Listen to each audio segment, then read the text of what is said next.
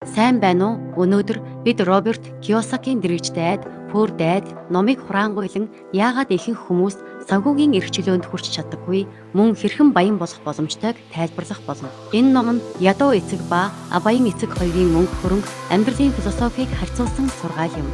Ядуу эцэг нь уламжлалт боловсрол, тогтмол ажлын орлого, аюулгүй амьдралыг чухалчилдаг. Баян эцэг нь санхүүгийн боловсрол, хөрөнгө оруулалт, мөнгөн урсгалыг бий болгохыг сургадаг. Энэ хоёр эцгийн үзэл бодлыг харьцуулснаар Роберт мөнгийг хэрхэн бодож ашиглах талаар суралцсан. Баян эцэг Робертыг мөнгө хэрхэн ажилуулж өөрийн хөрөнгийг өсгөж болохыг зааж өгдөг.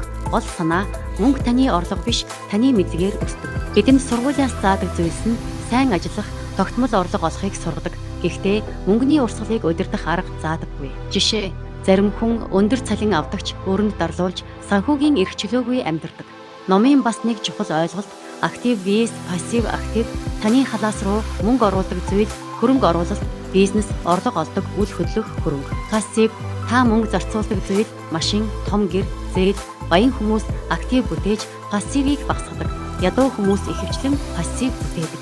Санхүүгийн боловсрол нь зөвхөн орлого олох чадвар бус мөнгө хэрхэн ажиллаж өсч буйг ойлгох чадвар юм. Роберт мөнгөний ард тал юу болж байгааг мэдэж бай.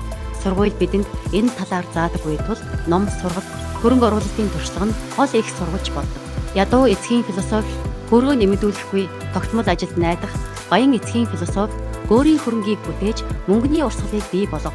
Гол ялгаа айдас vs эрсдэлд суралцах чадвар. Амжилттай хүмүүс айдсаа хянаж зөв шийдвэр гаргаж хөрөнгө оруулдаг.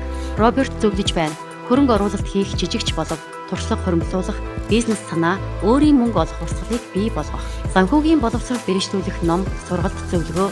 Гол мессеж: мөнгө таны төлөө ажиллах ёстой, та мөнгөний төлөө биш. Rich Dad Poor Dad нь мөнгөний сэтгэлгээ актив бүтээх санхүүгийн боловсрол дээр төвлөрсөн. Хэрвээ та эдгээр зарчмыг өдөр тутамдаа хэрэгжүүлбэл өр бууруулах, хөрөнгө оруулалтын урсгал бий болгох, санхүүгийн эрх чөлөө рүү алхам асмаар дөхөх, хэрв та мөнгөний талаар суралцаж зөв алхам хийвэл баян болох зам нээлттэй.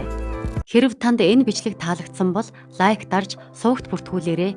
Мөн би дараагийн бичлэгт Rich Dad Poor Dad-ийн практик зөвлөмжүүдийг танилцуулах болно. Баярлалаа.